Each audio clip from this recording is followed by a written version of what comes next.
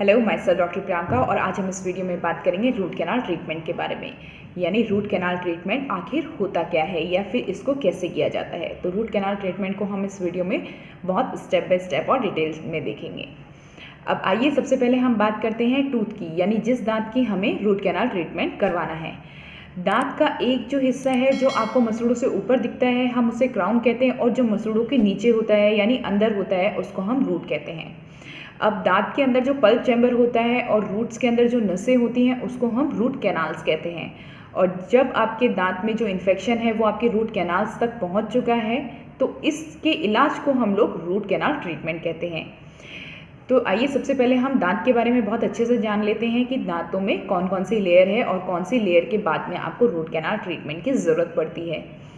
तो जो आपकी सबसे ऊपर वाली लेयर है यानी सफ़ेद जो आपको लेयर दिख रही है वो आपकी इनेमल लेयर होती है। उसके अंदर जो हल्की येलोइश लेयर होती है उसको हम लोग डेंटिन कहते हैं। और इसी के अंदर आता है आपका पल्प यानी पल्प चैम्बर, जिसमें आपकी नसें होती हैं यानी आपकी ब्लड सप्लाई होती है। तो ये नसें जब इसमें आपको जब भी एक ऐसे समझें कि हमें जब कीड़ा लगना स्टार्ट हुआ है, यानी अगर आपकी सिर्फ इनेमल लेयर तक कीड़ा है तो आपको कोई भी पेन या फिर कुछ भी सेंसिटिविटी महसूस नहीं होगी। अगर यही सड़न आपकी धीरे धीरे डेंटिन लेयर तक पहुंच जाती है तो आपको इसमें सेंसिटिविटी यानी झंझनाहट होना महसूस होने लगेगा। अगर आपको यही आपकी सड़न अगर आपके पल्प चैम्बर यानी आपकी नसों तक पहुंच गई है तो इसमें आपको पेन होना शुरू हो जाएगा। तो जैसे ही आपको पेन होना शुरू होगा तो ये आपका सिग्नल है कि आपको रूट कैनाल ट्रीटमेंट के लिए जाना पड़ेगा। यानी इस स्टेज पे अगर आपकी सड़न जो है वो आपकी नसों तक पहुंच गई है तो आपको वहाँ पे रूट कैनाल ट्रीटमेंट कराना पड़ेगा। अब रूट कैनाल ट्रीटमेंट में हम सबसे पहले क्या करते हैं कि जो आपका सड़न है जो आपकी पल्प चैम्बर तक पहुँच गई है उसको हम पहले क्लीनिंग करते हैं। यानी हमारे पास जो एंडोमोटर होती है, जो मशीन होती है, उससे हम लोग आपकी जितनी भी सड़न है उसको आपकी इनेमल लेयर को हटाते हुए डेंटिन में जाते हैं और इस लेयर को हम रिमूव करते हैं तो हम पल्प चैम्बर के अंदर एंटर हो जाते हैं। अब जो हमारा पल्प चैम्बर है उसमें से हम हमारी हैंड फाइल्स के थ्रू आपका पल्प रिमूव करते हैं यानी कंप्लीट पल्प रिमूव करते हैं, जिसकी वजह से आपकी जो नसें हैं या फिर उसमें जितना भी इन्फेक्शन है उसको हम क्लीन करते हैं।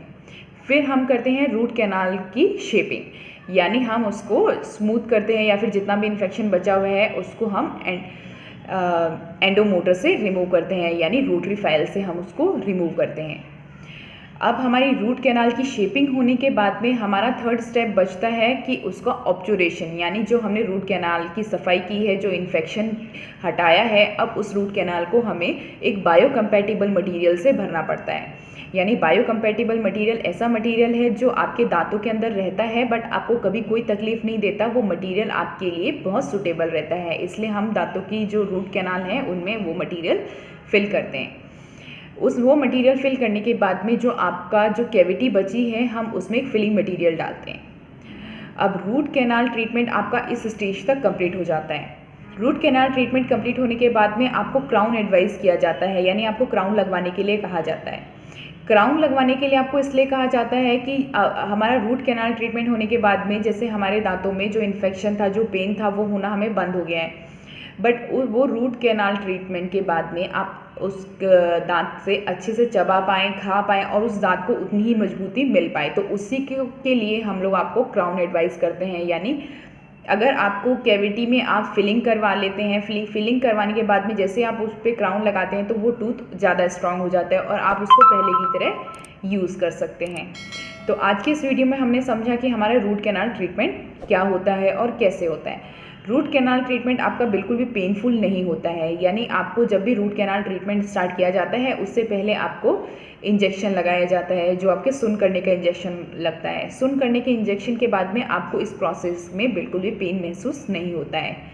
रूट कैनाल ट्रीटमेंट में आपको सिंगल सिटिंग में भी रूट कैनाल ट्रीटमेंट होते हैं और 2 से 3 सिटिंग भी आपको रूट कैनाल ट्रीटमेंट के लिए लग सकती हैं।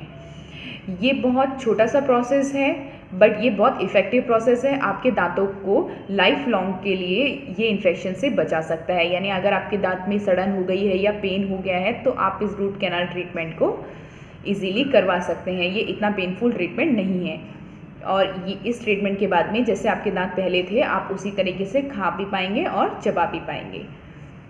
अगर रूट कैनाल ट्रीटमेंट से लेके आपको कोई भी क्योरीज़ है या फिर आप कुछ भी पूछना चाहते हैं तो आप मुझे इस वीडियो में कमेंट बॉक्स में पूछ सकते हैं। Thank you.